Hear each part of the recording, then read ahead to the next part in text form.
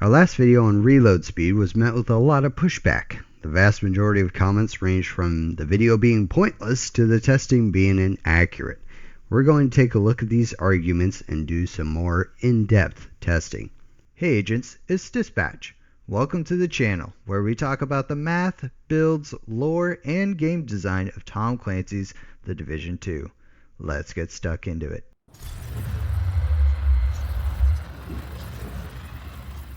First, we'll take a look at some of the arguments made in the comments, talk about some previous testing that has been done by others, and then talk about the new testing done, and then we'll look at the results.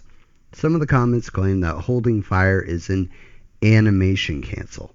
For those who don't know, animation canceling is present in a lot of games, where you can shorten the reload time by pressing a series of keys or doing certain actions. This interrupts the reload animation. Games like Deep Rock Galactic have this, and this is a good example of how it works. Every player in Deep Rock Galactic has a laser pointer for pinging objects and a melee attack. Both of these can be triggered instantaneously. When reloading, as soon as the ammo counter on the weapon is updated, you can tap either of these buttons and that instantaneous animation will stop the reload, but you'll still have the full ammo of the new mag. This can significantly shorten the reload time. I don't consider holding the fire button in The Division 2 an animation cancel. We're not doing anything out of the ordinary here. Who doesn't spam or hold the fire button when they're mid-reload and a warhound or a rusher is barreling down upon them? Literally the whole point of a reload is to delay firing, even if we're holding the fire button. Put it another way, what if we could fire at any time during the reload? Would we call that an animation cancel, or just that the code for reloading was broken? This definitely isn't an exploit either. Trying to fire your weapon using absolutely normal means is something we do often and cannot therefore be an exploit.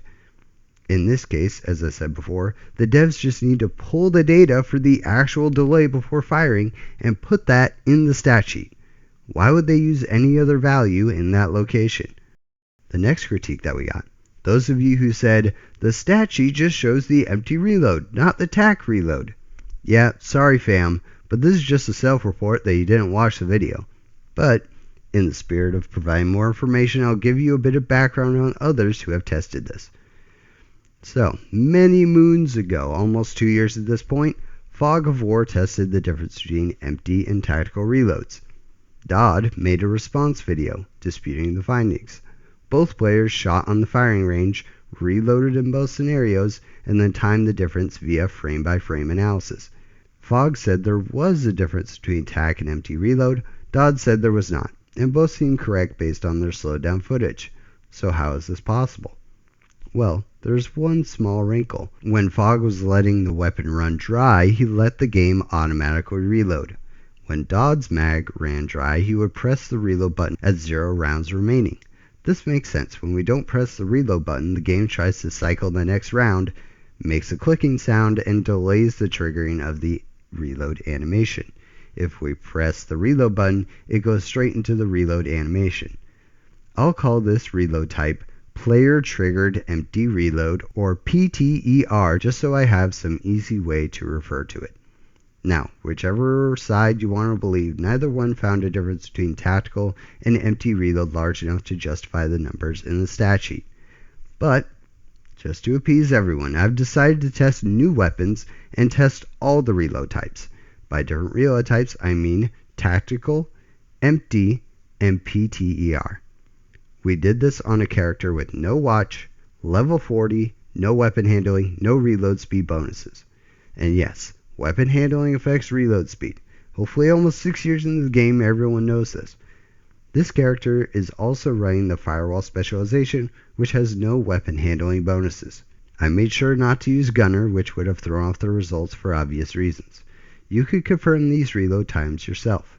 I'm not going to test every weapon, especially since the next patch seems to be changing up the reload times yet again, so I'm not going to test every single one right before they change again. You've been seeing my testing rolling on the video in the background. I'm letting this play in one take so you can see that there was no funny business.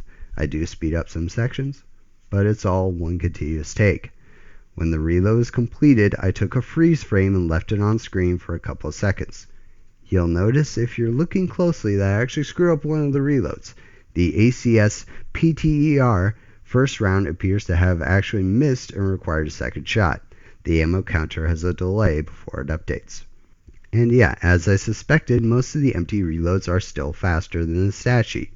You'll also notice that the reload symbol next to the reticle is completed every single time before the shot is fired. Originally, I was going to stop the time when the next bullet is fired, meaning the bullet animation or muzzle flash, but this often happens several frames before the next bullet actually impacts the target. So instead, to make the test more conservative, I stopped the timer when the first bullet of the new mag hit the target and a damage number appeared. Here are the results. As you can see, most of the Tack reloads are at least half a second off, and the empty reloads are often a quarter of a second off at least. Now, after thinking about these results, I actually realized something unexpected. The fact that some empty reloads actually match up with the data proves my testing is valid. In spite of holding the fire button, we actually still got the stat sheet reload. This shows that holding down fire isn't circumventing the actual delay that the game imposes on reloading. Otherwise, every single reload would be wrong. Instead, this shows that, as some of you expected, the game is showing the empty reload in the stat sheet, but still the vast majority of those reload times are wrong. In addition, sometimes there is a difference between the empty reload and PTER, but not much. Either way, try to Tack reload as the benefits can be massive, depending on the weapon. When you run your mag dry, you might as well try to time the reload button to remove any possible delay. Another comment from Vikeman mentioned reload time and aim time.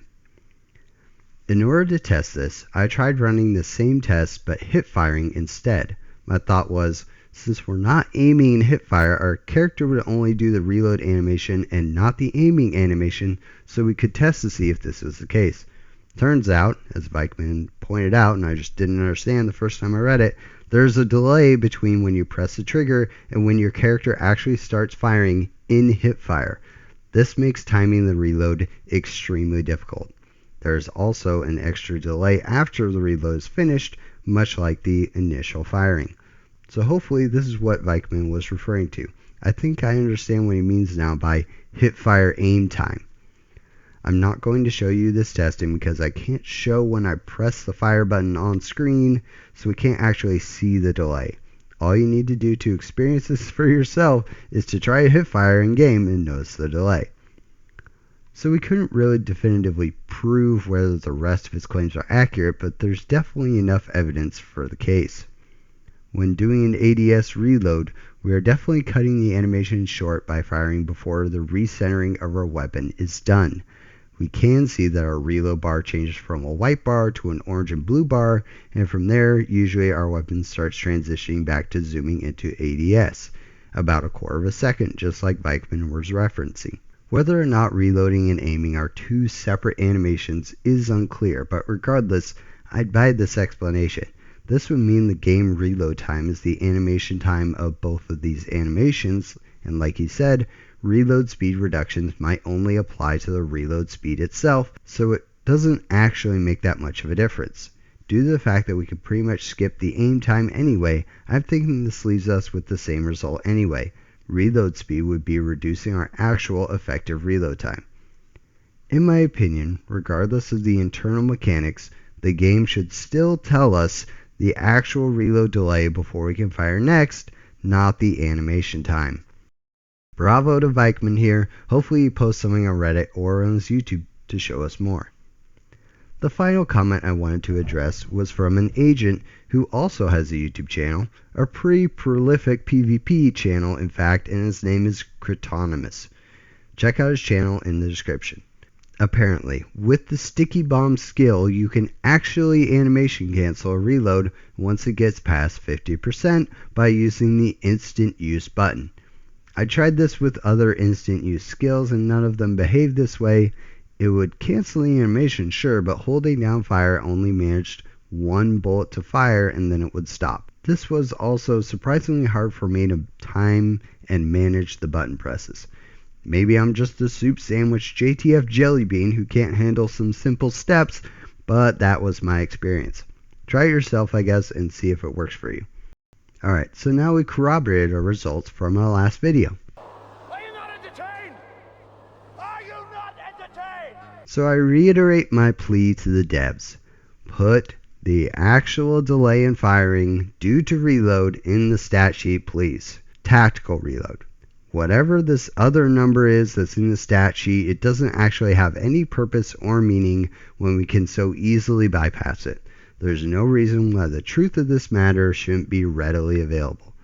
This video took a little bit longer to put together than I had hoped, and testing frame by frame is a real ball ache, so I'd really appreciate you holding fire on that subscribe button to help me out.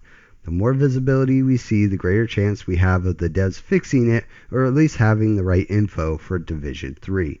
Like the video if you liked it, and check out our playlist for more investigative content. Thanks for learning with us, agents, and until next time, this has been Dispatch. Take care out there.